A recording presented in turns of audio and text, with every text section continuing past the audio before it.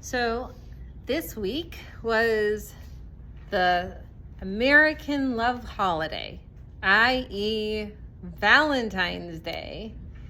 Cards are given, flowers are shared, chocolates everywhere, and there's always stories about dating apps, what works, what doesn't, along with many other exciting things, like how to make relationships stronger. Are we actually showing up for our partners? What's the story with making a marriage work? All big questions. And I was thinking, as I was, of course, thinking about what does it mean to have love holiday? What does it really mean to be present for one another? David Brooks came out with a book recently about how do we really see the other person? How can we actually get to know the person who's in front of us?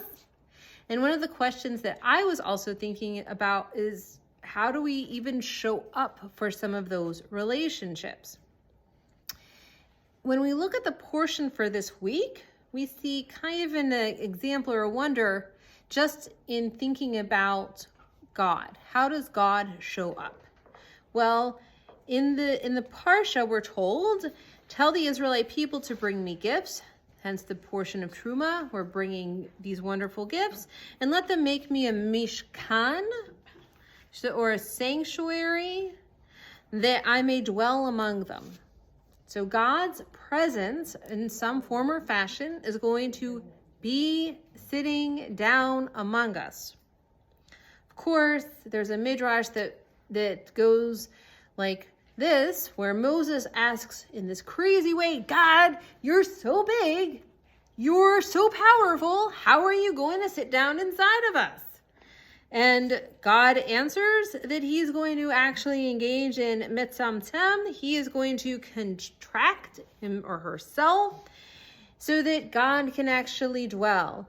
Or, in other words, God's going to make physical space and engage with some humility, but still be very physically, tangibly present. He's going to move into our sphere.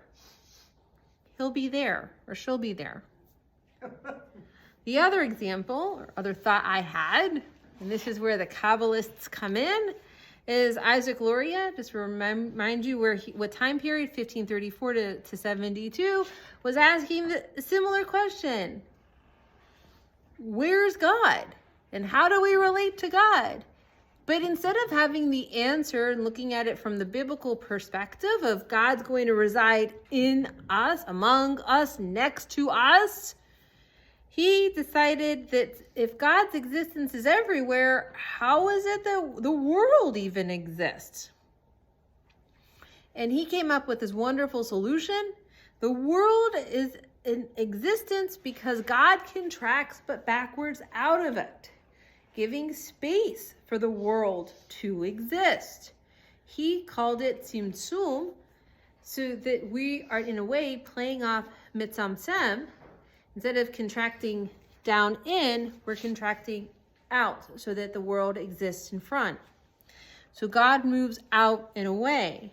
In a way, we can also kind of envision that as divine absence, or somebody really retreating away, perhaps even too far for some people's tastes. When I think about this in relationship to what makes marriages work, does it mean that we need to be physically in there all the time and present, or do we need to be too far back? I also thought of John Gottman and Julie Gottman, and I'll just tell you a little bit about them. As you can tell from the name Gottman, they're Jewish. He himself was the child of Holocaust survivors. I think pretty sure he was born in the Dominican Republic, grew up in New York, went out to Washington, got his doctorate in research psychology, and decided in, I think it was the 70s and 80s, to set up this place called the Love Lab, where using the technology that existed at the time, installed cameras and watched couples fight. And then he decided to record and make notes. Like, how are they engaging with one another? Are they interacting? Are they leaning in? Are they leaning out? What are they actually doing? And he realized that there's relationship masters and relationship disasters. And when analyzing what makes relationship masters of relationships, they do several interesting things. One, he understood that to have a successful relationship, a successful marriage, it's built on two pillars: trust and commitment. That you will have absolute trust in your partner and you will be absolutely committed to them. What makes true relationship masters happen is that they're committedly present. They listen to the other partner.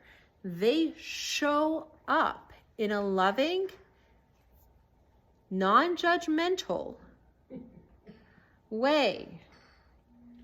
They do not put their partner down, but when their partner decides to say, hey, I'm interested in subject matter, whatever, their response is, that's cool, let's go and explore it together. Or I'm going to listen to you, talk about it.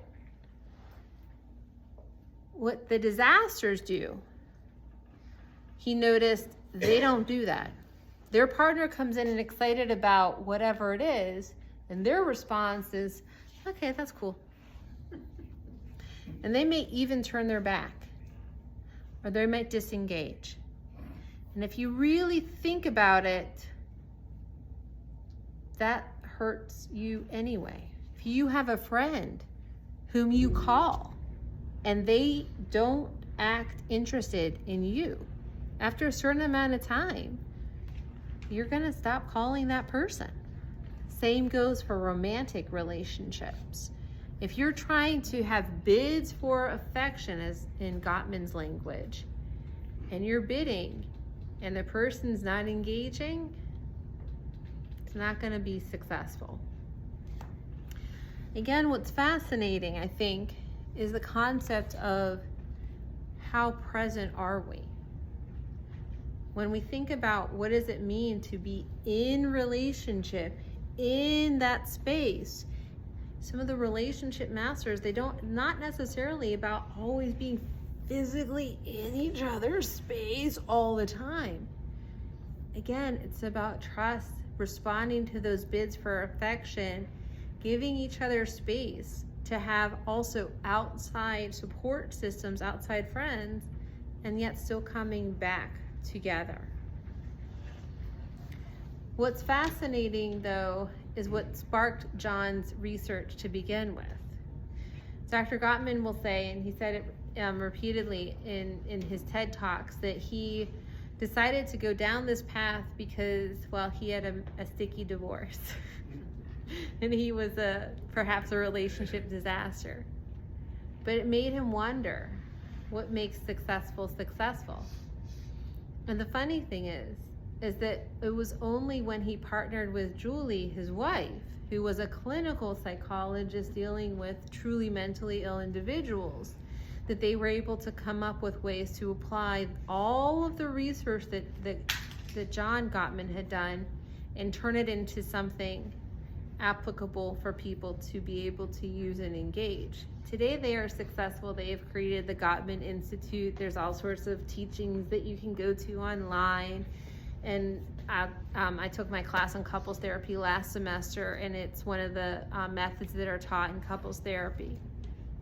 But when you think about it, neither were as successful as they were until they combined together. And they combined in such a way that they were in fact living out the relationship masters. So when I think about what does it mean for us to be in that relationship with God, it's not about us thinking of God so far remote and so far away that we can't turn toward God. And it's not about God being so close that God's here and we're like almost suffocated. But it's really thinking about, when do we turn to God and how do we engage in that relationship that I think counts. So become a master of that relationship, lean in, and smile.